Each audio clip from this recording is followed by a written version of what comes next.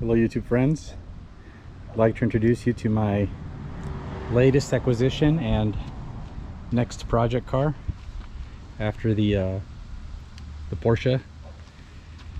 It's a 1975 VW Rabbit race car, a legitimate vintage race car that is built to VARA racing specifications, the VARA rulebook, Vintage Auto Racing Association.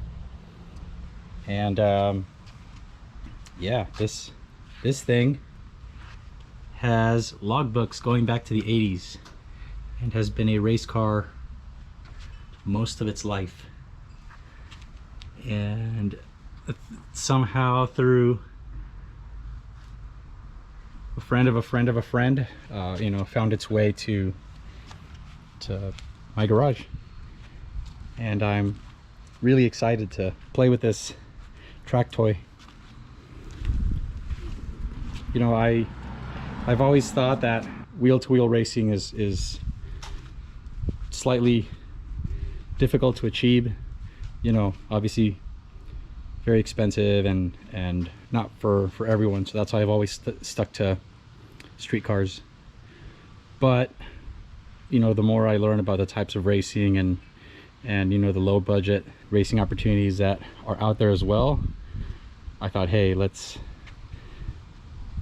take the plunge and you know, get a dedicated track vehicle that, you know, is a learning tool for driving and that I can have fun with, and that it could hopefully teach me a few things so that eventually I can take that thing on the track and you know, be more, exploit its handling characteristics better. So yeah, I just want to give you a quick mechanical tour of this thing. It's got a very serious roll cage in here.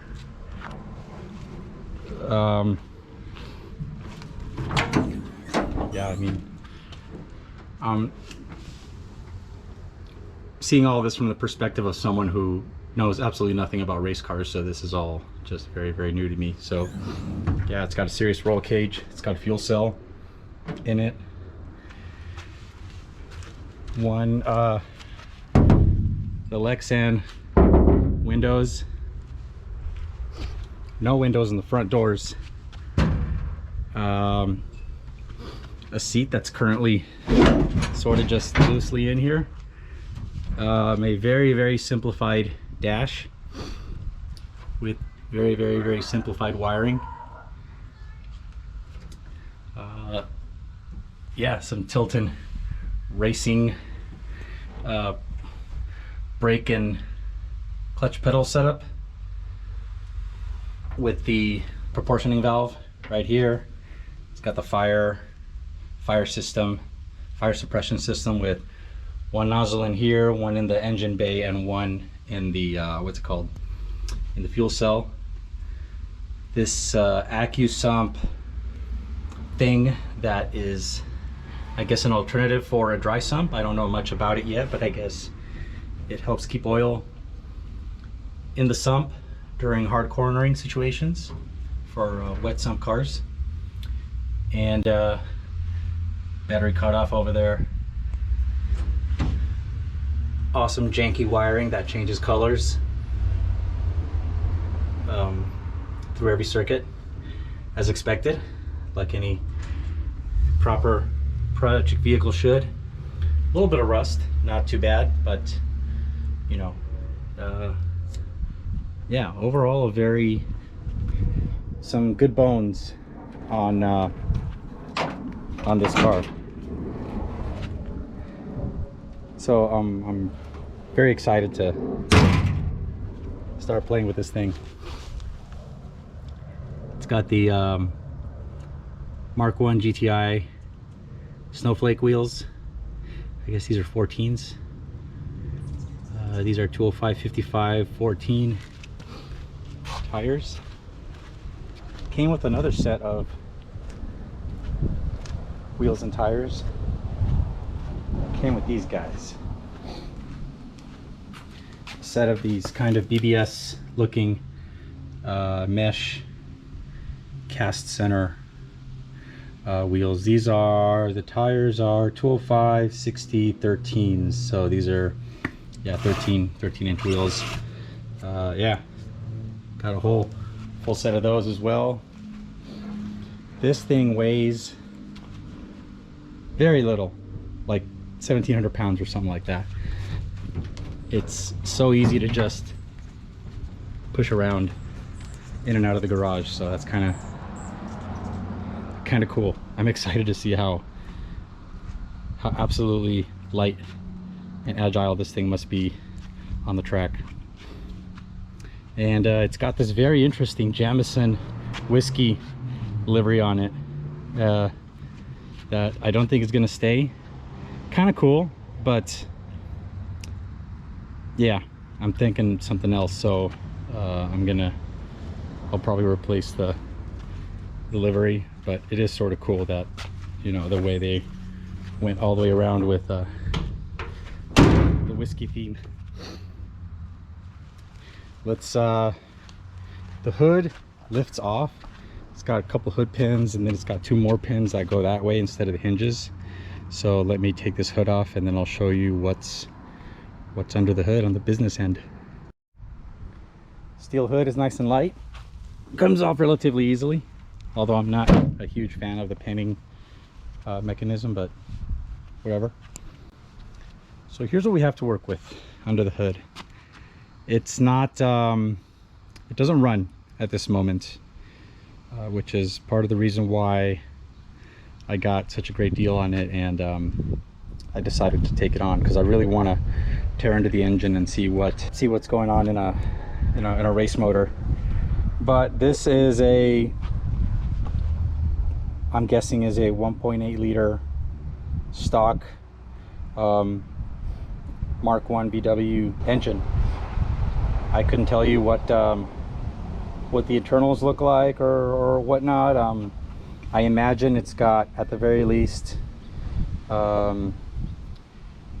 close ratios in the gearbox, and probably, you know, higher compression, bigger cam. I don't know what the other headwork has been done on here, but it does have, instead of CIS, it's got a pair of dual Weber side draft carburetors. So, and the header for the exhaust is directly below it. Manual steering rack, big old front sway bar, radiator, oil cooler, this strange oil filter screen situation going on, and catch can, some kind of electronic ignition that is not even connected right now. Yeah. I got a lot of work to do here, but, you know, like I said, I'm excited to see what exactly makes this engine tick. So yeah, I think what I'm gonna do is take the engine and transmission out, go through both of those 100% before I attempt to start this car. What else we got going on over here? It's got these very interesting square tube shock towers and front stroke bar with a ton of camber adjustment here, which is nice, and some kind of coilovers down there. I don't really know what they are just yet, but the suspension seems mostly stock.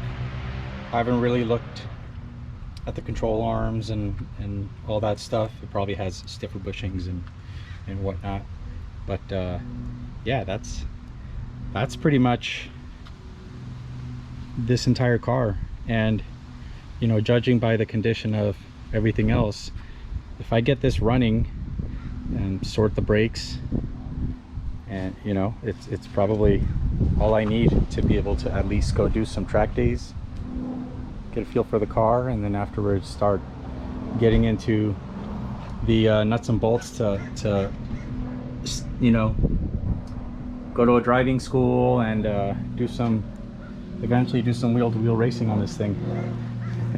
And I say wheel-to-wheel racing, and you know, I mean that very with a grain of salt, because I'll probably just be puttering around the track at the back of the pack.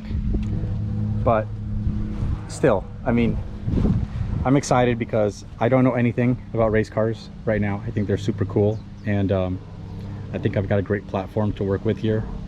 I think it's going to be very like a Miata, low powered but low weight, and very agile and hopefully fun to drive. And yeah, I mean, after working so much on that thing and dealing with its technical challenges, this doesn't really scare me. And since you guys know my style of build, I'm gonna take my time with this thing. I'm in no rush to get it finished.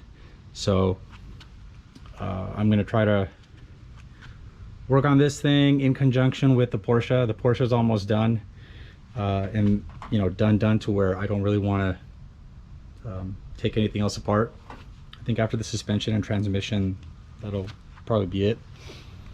But yeah, this is going to be this will be my next project, and you know, it'll be a learning experience for me. So I don't really know what the angle is, what I'm going to do with the YouTube videos, since I'm used to more